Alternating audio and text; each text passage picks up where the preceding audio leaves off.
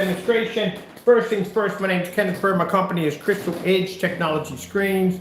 And like I said, I discovered this a little bit by accident. Now, with our technology, we're used to testing on white paper, black fabrics and all that other crazy stuff, because that's what we test our products anyway. We have to test them against white surfaces to see how our white levels are going to push out. But when it comes to the gray screen paint mixes, on the other hand, yeah, I've seen demonstrations of people using certain colors, because certain colors are going to produce a little better. This is going to be short and sweet. I got to put this on the website. This is definitely going to the forum site. We're going to definitely have some deep discussions on this today. But man, this was quite an eye-opener for me. To see at the end of the day that these gray screen paint products, more, they just match some everyday stuff that you can just get from here to there. They're really not showing any special capabilities, any special difference whatsoever. Like I said, a lot of these demonstrations are used on high-powered projectors, calibrated projectors, dark environments. We're going to do this in a dark environment just to show you at the end of the day you're still not getting what you think you're getting. Now, over top, we have our Black Phantom technology. As you can see, our Phantoms are darker than the gunmetal screens we have before you. They look like super black screens at the end of the day. They do. They look black screens, but actually it's a gunmetal. At the bottom, you're seeing several mixes. So we have Crow's product. We have white sheets of paper. We have the Digital and Crystal Screen Paint Elite, which is a silver version of the screen. We have the Hobby Paint. We had the Hobby Paint Mix with Sherwin-Williams and Hobby Mix and that white mysterious powder. Over here, we have Sherwin-Williams painted onto the screen. That's the Hobby Mix right there on the bigger screen at the bottom, and in between the middle, we got a little Hobby Paint right there. So what we have here is the fact that we have white sheets of paper. This is printing paper from my office, just out of curiosity to see what would happen. Now, I first stumbled into this is when I was doing a demonstration about how gray screens can't cancel light in dedicated theater rooms that splash around the environment. But I want to go get some white paper to show you that basically they are going to show a little bit of a bump over white paper, but not really, to tell you the truth. Finding out that certain colors actually blend in quite well with white paper. I noticed when I watched these demonstrations that one of the demonstrations where someone was trying to compare the screen to white paper, they used an OLED demonstration which showed a red car in the demonstration, a lot of contrast. That's something that would have showed a difference. But if you were to do a color pattern on it, they match quite well at the end of the day. So let's turn the lights out and show you what we got. Now, in our demonstration, we're going to show you how our screen is going to be able to maintain its color and contrast and all that other good stuff compared to the white screen. And at the bottom, you'll get a chance to see how the gray screens actually blend into the white screens very easily. All right, so let's begin here. As you noticed at the top that our black technology, the white sheets of paper are turning white against our technology because they can't match it. But at the bottom, you're watching the gray screen paints blend into the white printing paper from the office. I said that many times before that a white screen is only a small, slight hiccup or bump from a gray screen. A gray screen is kind of like an advanced version of a white screen. That's all it is. It really doesn't show much of a difference. In some areas, you might see a little better contrast, maybe a little bit of color, but not by much. And this is to show you that it's not far off. It's not far off. And mind, this is not 1.1 or a 2.0 white screen. This is just printing paper from the office.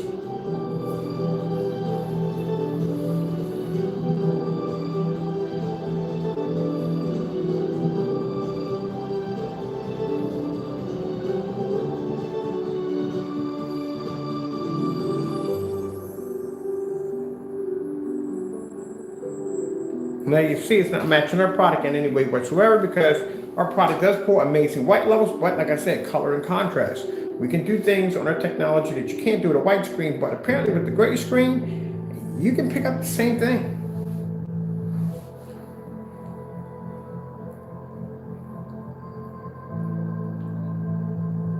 This is why I explained to you at the end of the day, this is why darker technology costs more. There's a reason why.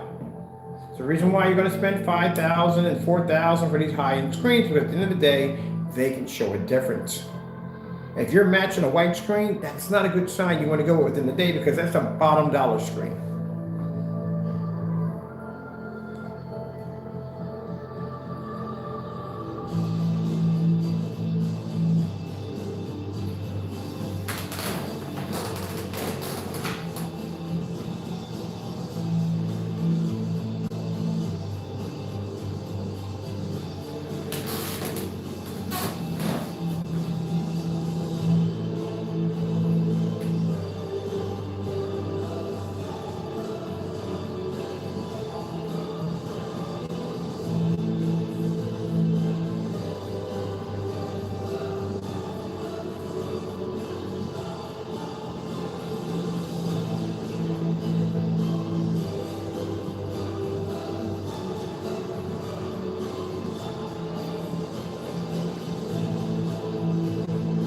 Besides the paint on the screen demonstration, this is going to be another favorite one.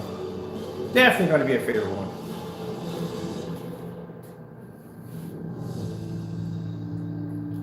Slow color change out.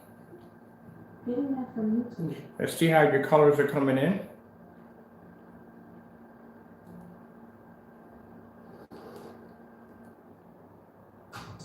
Which to pick? Just trust your gut. So slow color change out. This shows how your colors are being perceived by your projector in solid colors.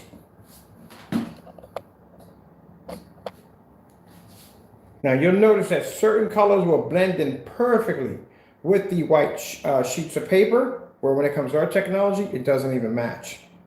And on top of that, consider the fact that my black screen is outperforming the gray screen at the same time, while it's outperforming the white screen at the same time, while the product is matching the white screen. So it isn't much of a huge game changer. If you look at the bottom, not much of a huge game changer at the bottom.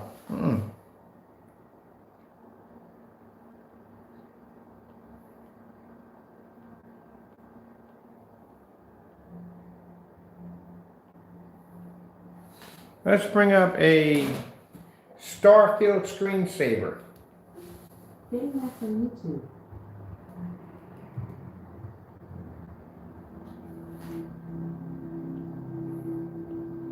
Not much off from basic from the contrast levels either.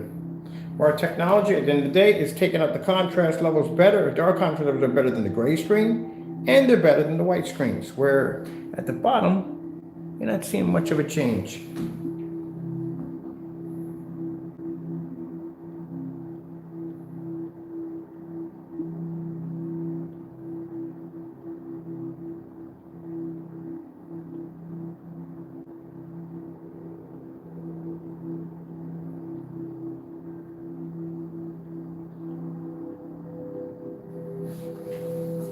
Now, as long as I don't roll my screen all the way up, we're good.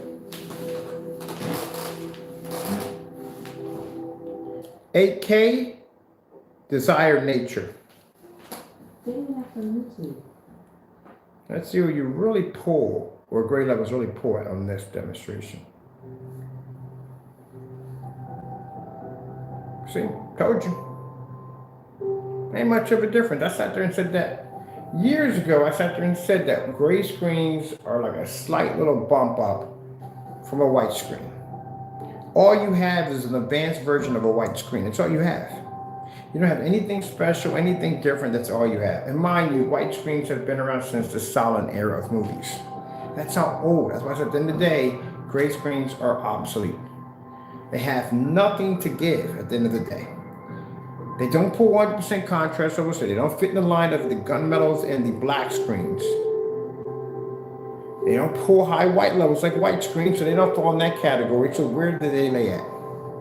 Now, like I said, before the gunmetals came out, before the black screens came out, the gray screens, yes, were extremely popular because you had something that was way better than a white screen at the end of the day. Not by much, but at least it was better, a little bit better than having a white screen. But now you got these screens that are near black screens or gunmetal screens. You got screens like ours that are actually physically black. So where does the gray screen fall in at now? So when you paint a gray screen on your wall, you're actually painting an upgrade version of a white screen. That's what you're doing. That's why you're calibrating, just like a white screen. That's why your screen's not pulling up properly in a well-lit environment like a white screen. Same thing. That's why I try to give people education. Try to educate you, not to put you down, it's to educate you to see what you're getting yourself into when you have people that are basically lying about their products at the end of the day and saying they do this and that, but they have no way to back it up. But we can come in here and we can back it up with no problem. And this shows you at the end of the day where our technology lays at compared to everybody else's. Let's go grab this demonstration here because I'm pretty sure this demonstration was done in a dark environment.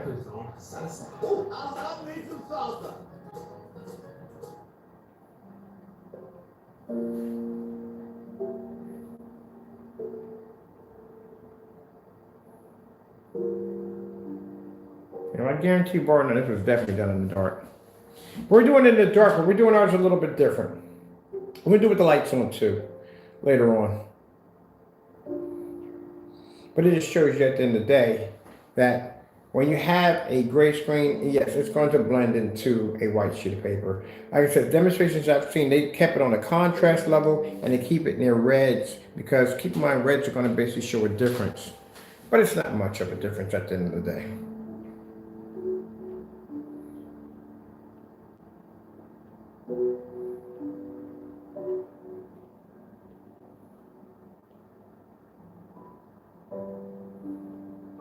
And mind you, as I explained to you before, remember, in any one of these dark demonstrations, the background is always black. That's another key feature that you're not seeing here with the gray screen. That background is not black. It's supposed to remain black at all times.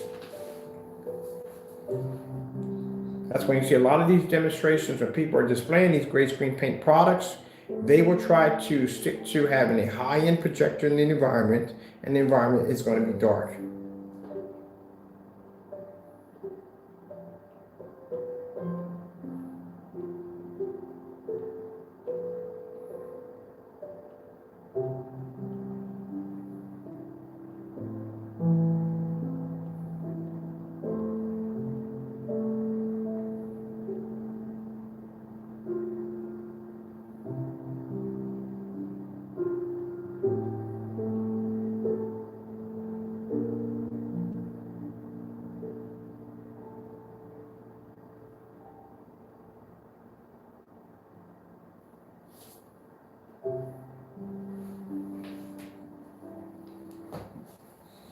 Okay, let's go pull up. Let me see. We're done from here. I told you it's gonna be a short and sweet demonstration at the end of the day to just show you exactly what you're getting yourself into at the end of the day.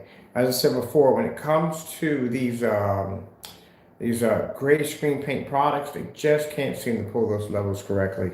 Let's go pull up the color blue real quick. Blue screen. Getting that from YouTube. See? Simple and plain. Simple and plain. Their colors are so washed out that they can blend into white sheets of paper, where our technology, on the other hand, can overpower their screen and overpower the white sheets of paper at the same time. That's the reason why at the end of the day, you do not want to go with a gray screen paint product. It's an obsolete, old product at the end of the day. You're paying $80 to $89 to paint an old 7-year-old product to your wall that literally at the end of the day, it's going to match a 24-gallon Sherwin-Williams.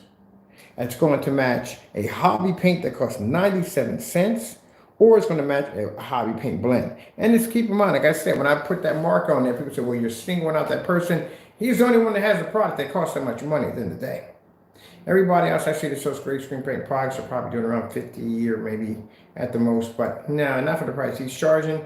He's charging way too much, way too much. And as I said before, that's $24 over here a gallon, not a quart, a gallon. Over here at 92 cents for every 2 ounces, you're still coming out cheaper than, you're coming out cheaper than $32, way cheaper than $32. And then over here, you're talking about this is the mix. Even with the mix, if you do basically $23 a gallon, and it took about 4 of these to put in at 97 cents, it's marked up at $4, that's about $27 right there for a gallon right there from the door. It just shows you what you get today. Let's turn our lights on real quick. Let me have my lights on in my environment. And that's what you pick up with the lights on. Like I said, again, we had to do the demonstration with the lights off because it's the only way we can get the gray screen a fair vantage point. But at the point, as you see, it can't even pick up a proper color blue. All right, well, with that being said, I hope you enjoyed the video demonstration, just showing you exactly what you're getting at the end of the day. I do not like to do demonstrations where I like to cut corners. I'll show you exactly what you're getting at the end of the day. And like I said, take the time out, check out our demonstrations on our website, on YouTube, Facebook, and you'll see at the end of the day that when we do demonstrations on a level that no one else can match. Thank you for your time. I have to go, and God bless.